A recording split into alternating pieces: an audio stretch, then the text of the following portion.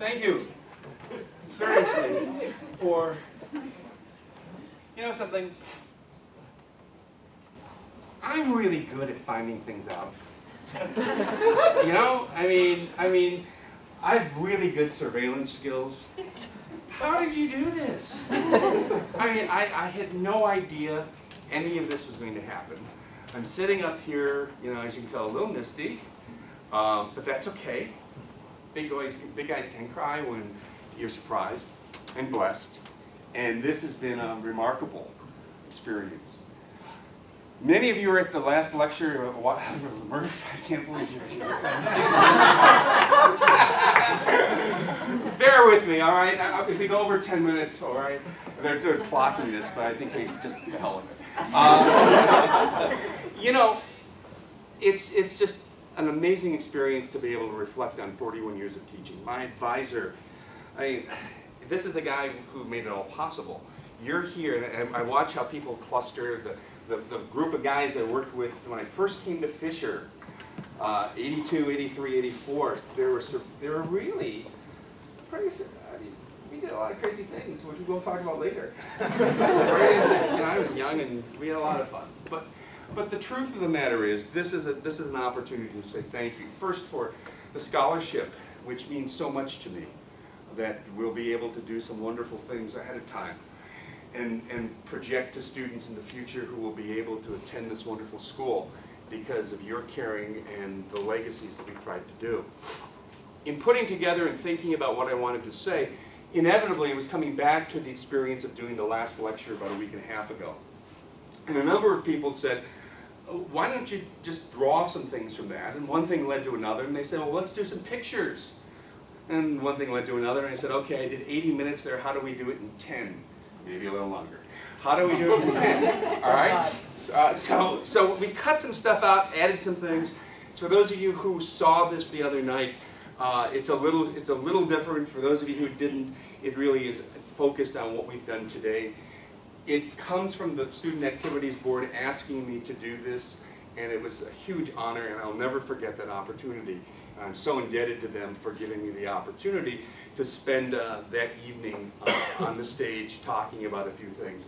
You know, when we talk about, a lot was said earlier about the notion of imprints, the idea that we live our lives, ideally connecting with each other, ideally making imprints on people's lives, the impressions that we leave on others as we go through life, but just as importantly, the impressions that other people will leave on us as we go through life. That thumbprint is Jeremy Saracens, who's one office down from me. And it represents to me the imprint of my faculty. The people who, through the years, have been so good to me as a faculty member that I hope I've been able to mentor and guide and help where I can, but also learning from each other as we go through all of these different things that we call teaching, the different things we do in our classes.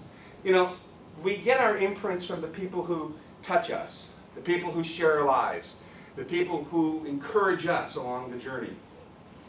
We're very fortunate in that we have people who take risks. My advisor, this kid from Cheektowaga who came in, as he said, kind of hippie, you know, you imagine me with hair. A lot of it, you know. People who push you to raise the bar, to go higher, to encourage you, to think beyond what you think you can do. Those are the people, I think, who make imprints. For me, you know, the imprints of teaching at Fisher for 29 years, the imprints of 41 years in the classroom, but there are others. And we spent a lot of time that night talking about the importance of family. And the notion of all of this is not my family, it's yours. My story is your story. You have people who have touched you. And all that I've done here is to talk about a couple of folks that you don't know, but people who are an important part of my life, my mom and my dad. You have parents, you have people who have touched you. Notice the hair and the mustache.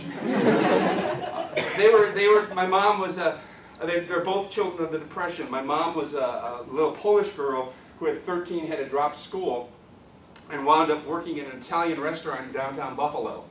She made the best Italian food you'd ever want, especially from a little Polish girl. It was just, I mean, all the time. You know, my fraternity brothers would come over, we'd have Italian. It was just an amazing experience. My partner, who Michael has referenced before, 26 years together, we have been in a situation that has just been remarkable. He has put up with all the stuff as I go home and tell him about you know, and it's may you be blessed with love. May you be blessed with people who care. May you be blessed with the experience of knowing what it is to have someone who is really concerned about you. The dog. So many of you knew Bear, right? You come out to the house, Bear would be there. He was about 120 pounds. Gabong, gabong, gabong, gabong. And he had a life of about 14 good years. And for many, many of us, the memories of your pet, whether it's a dog, a cat, a gerbil, a ferret, you know, I mean Dr. Vicker had a big goldfish about the size of this. It was called Fishy. It was about the size of a table. Remember Fishy? I can't make that one up. Fishy.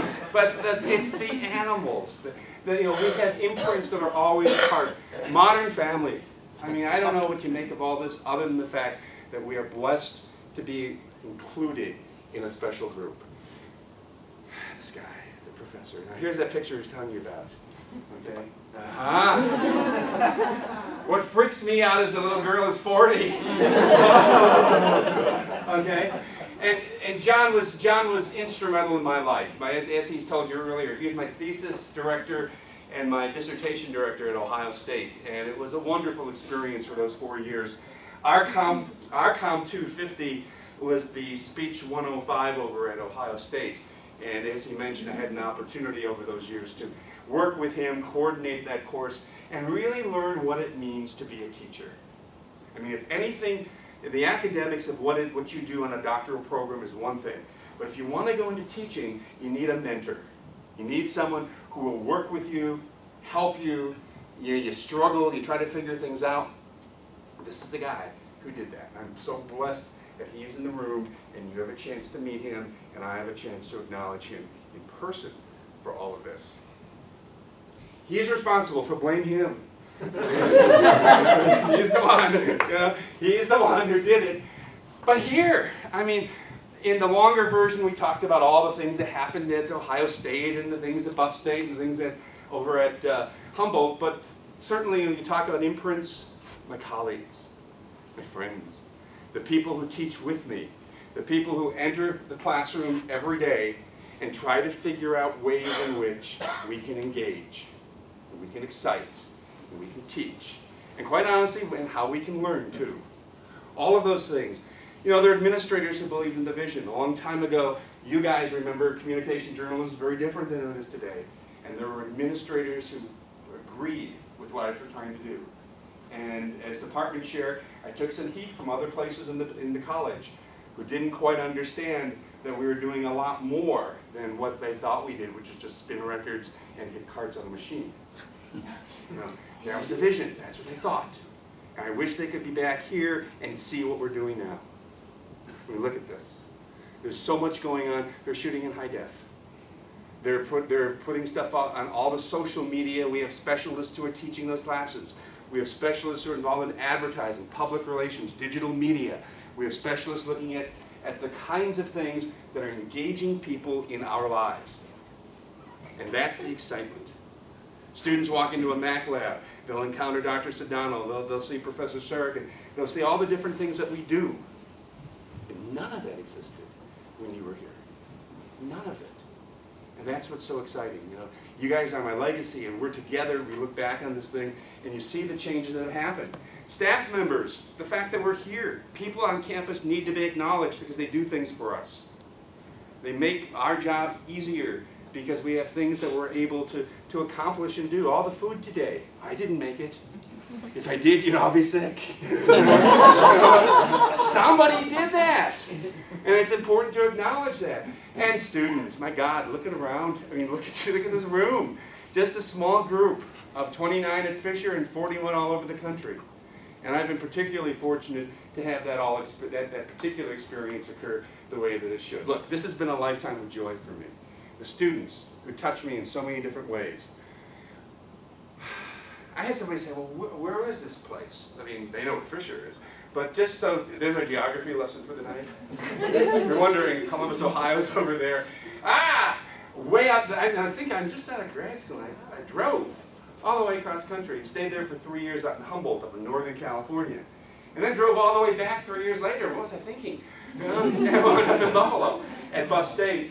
And then all the people that Dr. Vicker mentioned conspired to get me here, and I am forever grateful to them. And I had a group that I taught just this past semester down at Finger Lakes, and a lot of them showed up at the last lecture presentation as well. And it was a speech class, and we had a lot of fun with that. Now, I'm moving to Chattanooga with Fred soon, and Chattanooga's here, by the way. Okay. And watch the electric thing go, shh, see the color change? Now, the truth is, I have no idea what color that is. But it looked good. You know? So Chattanooga is the next chapter and where we go. Look, for me, a lifetime of joy has been a lifetime in the classroom. And that experience has been imprints just recently. Some of you were involved in the St. Patrick's Day parade. We marched around. Where's Julie? You're not marching today. She's in the play, and in the middle of the presentation, almost the end, wasn't it? Yeah. Is where the riser fell on her. Oh. And so they stopped everything, and thank you for being here. I'm so touched that you're here.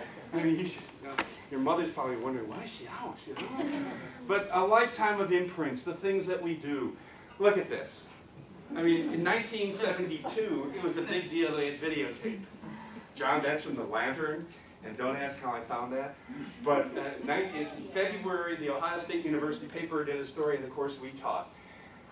We didn't have VHS tape back then. We had 2-inch thick, this tape like this, they were on big reels. And so we had to haul this thing in about the size of this desk. And we'd set up this big camera, and it scared the hell out of the kids giving speeches. That's right, you know. And so they did this story. Flash forward to where we are now. We shoot the whole thing on a little camera about yay big, stick it on a little card, put it up on the server for the students' web-based system called Blackboard. And so we have a different way of looking at things, but all those are imprints. The technology that makes us work. Technology that puts us to where we are. The technology that enables us to move to God knows what it'll be like when you're my age.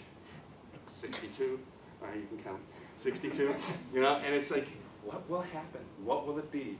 I don't know, but I'm betting that you'll be prepared for it because of the education that you had and the things that have happened at St. John Fisher. This is the last course I'm teaching in this course here at Fisher, Com 250. Some of the students from that course are here, and this is my little group. It's an 8 o'clock class, and you know something? They are there at 8 in the morning, almost to a person, every day. I don't know what's in the water over there, but they're coming over and they're in class, and it's just astounding to me that we've never had any issue with people taking class and being there at 8 in the morning. I don't know about you guys back then. Never. 1 o'clock would be too late. But but here it is, the experience of being here and working in an exciting place like Fisher with all the people who over the years have been a critical part of what this is all about. The trick is, where Kirk Baxter, who won the Academy Award for film editing, he said this to his daughter at the point at which he was winning the Oscar this year for The Social Network. Find something you truly love doing, and great things will happen. Find something you love doing, and great things will happen. Look around the room. Look around the room. I mean, that's